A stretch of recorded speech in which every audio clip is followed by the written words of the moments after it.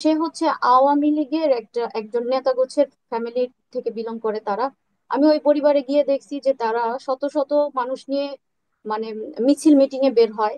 তারা কখনো কারো বাড়িতে মারামারি করে ভাঙচুর করে, কখনো তাদের বাড়িতে মারামারি হয় ভাঙচুর হয়। আমাকে তারা তাদের সর্বোচ্চ সাধ্য অনুযায়ী বন্দি করে রাখার চেষ্টা করছে, কিন্তু আমার মনে একটাই ছিল, একটাই কথা ছিল, আমার এজ যদি 7 বছরও হয় তবুও আমি এই বন্দিশালা থেকে বের হব।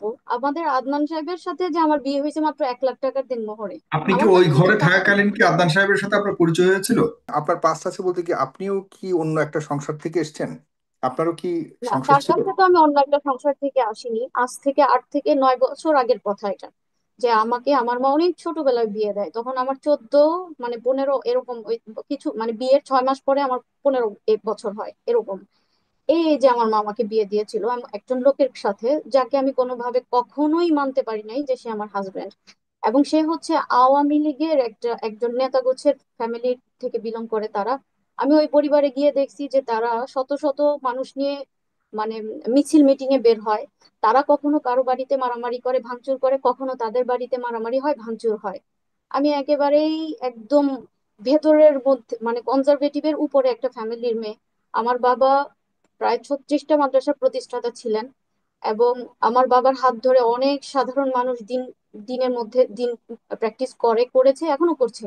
আমার পরিবারের আমার আমার ভাইয়েরা প্রত্যেকে আলেম হাফেজ মুফতি। আমার বোনেরা সবাই আলেমা, আমার মা আলেমা। শুধুমাত্র আমার ছোট ভাই জেনারেল পড়াশোনা করেছে। এমন একটা ফ্যামিলি থেকে আমার বাবা মারা যাওয়ার পর আমার মা এটা একটা ভুল করে, যে সে এতটুকুও দেখে নাই যে তারা ইসলাম জানে কিনা, লা ইলাহা ইল্লাল্লাহ কালিমাটা পর্যন্ত জানে কিনা, এতটুকুও দেখে নাই। সে আর কি হয়তো বা এরকম ভাবছে যে তাদের বাড়ি আছে, যেটা সাধারণত আমাদের সমাজে দেখা হয় এরকম। তা আমি তখন তাহলে বিয়েতে রাজি হয়েছেন কেন, এটা একটা প্রশ্ন আসে। আমি তখন বলছি যে আমার মা যেহেতু রাজি, তা আমার মাকে দেখতাম খুশি, আমার বড় বোন খুশি, তারা চাচ্ছে আমি এই এই যে একটা মেয়ে, আমার কতটুকু বুঝ থাকতে পারে। আজকে তো তারা চাইলেই আমাকে তাদের কোনো সিদ্ধান্ত আমার উপরে চাপিয়ে দিতে পারবে না। আমার তখন বুঝ ছিল না, আমি শুধু দেখছি যে ওদের খুশি, তোমরা খুশি, মা খুশি, দেন ওকে, ওকে। কিন্তু আমি এটা কখনোই মন থেকে একসেপ্ট করতে পারিনি। এবং যেটা বলছিলাম যে যেহেতু স্পষ্ট তারা হই, পলিটিক্যাল। আর আরেকটু স্পষ্ট হই, বুঝছি আপনার মানে বাল্য বিবাহ হয়েছে, তখন হয়তো আপনি ব্যক্তিগতভাবে এটা পছন্দ ছিল না। একজন ব্যক্তি আছেন যিনি আপনাকে স্ত্রী বলে দাবি করছেন এবং সেই ঘরে আহ, আপনার সন্তানও আছে, এইসব বিষয়ে দাবি করছেন সোশ্যাল মিডিয়াতে। তিনি কি আপনার স্বামী ছিলেন এবং তারাই জি, জি, আমি বলছি তো, যেহেতু তারা রাজনৈতিক একটা পরিবার, আমাদের বাসা পর্যন্ত ভাঙচুর করছে। আমাকে তারা তাদের সর্বোচ্চ সাধ্য অনুযায়ী বন্দি করে রাখার চেষ্টা করছে, কিন্তু আমার মনে একটাই ছিল, একটাই কথা ছিল, আমার এজ যদি 7 বছরও হয় তবুও আমি এই বন্দিশালা থেকে বের হব। আমি আগাগোড়াই হচ্ছে ইলম পিপাসু মানুষ। আমি পড়াশোনা করতে সব সময় ভালোবাসি, হুম, এবং আমার জন্য আমি এটাই বুঝি যে আমার জীবনে কিছু না থাক, কিতাব থাকলেই যথেষ্ট। তো আমি হুম, ডাক্তারকে এটা বলতাম, ওরা যদি রাজি হয়, আমাকে অনেক হুমকি দেওয়া হইতো, দিয়ে ওখানে রাখা হয়েছে। একটা লং টাইম আমার জীবনের ওখানে কেটে গিয়েছে। তো হুম, ওইভাবে তারা আমাকে সাফার করছে, এটা সত্য, তারা আমাকে সাফার করেছে। কারণ আমি যেহেতু ওখানে থাকতে চাইতাম না, কখনোই না। কারণ যাওয়ার পরে আরো স্পষ্ট হয়েছে বিষয়গুলো, যে তারা হানাহানি মারামারি কাটাকাটি ঝগড়াঝাটি চিল্লাচিল্লি, আমিও তাদের মতোই হয়ে গিয়েছিলাম। তো আমার আমার কোনোভাবেই এটা আমার সাথে আমার মতো আমি মানতেও পারিনি। আমি সবসময় এটা চাইতাম। তো হঠাৎ একটা সময় পরে তারাও হয়তো বিরক্ত হয়ে মেয়ে খুঁজে যে বিয়ে করার জন্য তার পরিবারের থেকে। তো একটা মেয়ে পায়, আমার সাথে ডিভোর্সের 6 মাস আগে ওই মেয়েটাকে তারা শনাক্ত করে। দেন তারা এগ্রি করে যে ওকে দেন, তাহলে এখন আমি যদি ডিভোর্স চাও দেন, তাহলে আমার একটা শর্ত, যে বেবিগুলো লিখে দিয়ে দিতে হবে, কোনোদিন দাবি করা যাবে না। আমার মাথার মধ্যে এটা কাজ করতেছিল যে আমি তো এখান থেকে আসলে মুক্তি চাই, আল্লাহ যা তাকদিরে রাখছে হবে।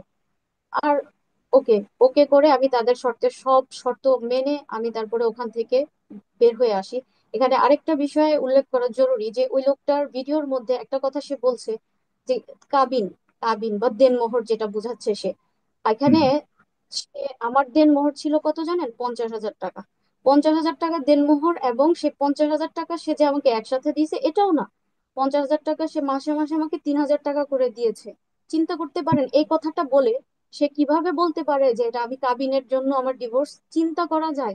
এটা চিন্তা করা যায়? ইভেন আমাদের আদনান সাহেবের সাথে যে আমার বিয়ে হয়েছে মাত্র 1 লাখ টাকার দেনমোহরে, আমার কাছে দেনমোহর কখনোই কখনোই কখনোই আপনি কি আমার ওই কাছে শুধু ঘরে টাকা। থাকাকালীন কি আদনান সাহেবের সাথে আপনার পরিচয় হয়েছিল, নাকি ওই ঘর না, থেকে বেরিয়ে আসা? আমার ডিভোর্স হয়েছে মেবি 16 সালের শেষের দিকে কিংবা 17-র দিকে, আমার এক্স্যাক্টলি মনেও নেই। আমি এগুলো কল্পনাতেও রাখি না, আমার চিন্তাতেও নাই, কিছুতেই নেই। আমার আজকে মনে করতে হচ্ছে, পরিস্থিতির হুম। শিকার হয়ে আজকে আমার মনে করতে হচ্ছে।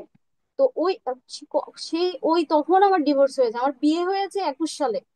আদনান হুম। সাহেবের সাথে আমার বিয়ে হয়েছে 21 সালে। আমি তাকে চিনিও না, সেও আমাকে চিনে না। এটা তহমত। এটা তার উপরেও হুম। আমার উপরেও একটা তহমত। এটা মিথ্যা, সম্পূর্ণ মিথ্যা। হুম। তারপর এভাবে, এই যে আমি বলতেছি টাকার বিষয়, যেটা দেনমোহরের বিষয়, এটা তার তো মানে ওই এটা আবার সন্তানগুলো আপনাদের, আপনার একটা ছেলে একটা মেয়ে? কি, ওখানে বেবিগুলো তারা লিখে নিয়ে নিছে আমার কাছ থেকে। আমার তাদের সাথে কোনো প্রকারের কমিউনিকেশন নেই, কারণ এটাই তাদের দাবি ছিল, যেন আমি কোনোদিনও তার মানে দাবিও না করি। আনুষ্ঠানিক ভাবেই আপনাদের ডিভোর্স হয়েছে ওই আগের জি, ঘরে? জি, পারিবারিক ভাবেই, যেভাবে পারিবারিক ভাবে বিয়ে হয়েছে, পারিবারিক ভাবে সেভাবে ডিভোর্স হয়েছে। সাথে সাথে সে ওই মেয়েটাকেও বিয়ে করে নিয়েছে। সে তার লাইফে সেটেল, এখনো সেটেল। তাদের আরো বেবি টেবি আরো অনেক কিছুই হয়েছে তাদের জীবন নিয়ে। তারা, আমার এগুলো জানারও দরকার নেই, আমি জানিও না, আমার প্রয়োজনও নাই। আমি হ্যাপি, আমি আলহামদুলিল্লাহ অনেক সুখী, এবং ইভেন এখনো আমি অনেক সুখী। হুম। তারপর আহ, কিন্তু এখন হঠাৎ করে মানে কেন আপনি তার স্ত্রী বলে দাবি করছে বারবার, আগের স্বামী? আমি এটা এখন আমি দাবি তো করেন আদান সম্পর্কে আসছি পরবর্তী, হ্যাঁ। জনাব। হুম। হ্যাঁ জনাব, এটা তিনি এখন দাবি করেনি। এটা হচ্ছে সে তার ক্ষোভ থেকে, তার ভেতর একটা ক্ষোভ ছিল, আমি যে তার এবং কাছে এই ফিরে একই আসলাম। দাবি আপনার মনে আছে 2021 সালে যখন আমরা আদনানকে নিয়ে কথা বলছিলাম, তখন কিন্তু এই হ্যাঁ, হ্যাঁ, ভদ্রলোক, মনে আছে? জি, হ্যাঁ, জি, তখন এই আজকে ভদ্রলোক 4 বছর তিনি আগে। তখন এটা, এটা এটা হুম। এটা তখন তিনি বলেছিলেন, এই ভিডিওটা তখনের। এটা রাইট। এখন সে না, বলে এখন না। এখন আবার নতুন করে করেছে, এখন আবার নতুন করে মনে এখন করেছে। এখন নতুন করে হচ্ছে মানুষজন ওইটাকে আবার আবার আচ্ছা, আবার আচ্ছা, আচ্ছা, ভাইরাল তাহলে এটা করছে। নতুন না, এটা যে আগের পুরাতনটাই আবার ভিডিওটা, নতুন করে ছাড়ছে। ও হ্যাঁ, আচ্ছা, আচ্ছা, আগের বুঝতে ভিডিওটাই পেরেছি। তারা আবার, ওই ভিডিওটাই অনলাইনে ছিল। এটা নিয়ে তো হুম। হুম। আমার কোনো মাথা ব্যথা নেই। আমি হক, আমি সত্য। আমাকে নিয়ে যারা হাজার মানুষ মিথ্যা বলুক, আমার কিচ্ছু যায় আসে না, কারণ হুম। আমি জানি আমি সত্য। আমার সাথে আল্লাহ আছে। 1 কোটি মানুষ, লাখো কোটি মানুষ, পুরো পৃথিবী এক জায়গায় থাকলেও আমি তো দুর্বল ইমানের অধিকারী না, আলহামদুলিল্লাহ। আমার সাথে হুম। আমি সত্য, এটা আমি জানি, এবং সেজন্য আমি সন্তুষ্ট।